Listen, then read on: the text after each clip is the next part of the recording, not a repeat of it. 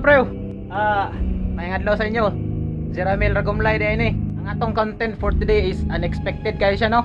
Kay wag gid nato nag-expect gyud nga content. Wag gid nato nag-expect gyud nga content.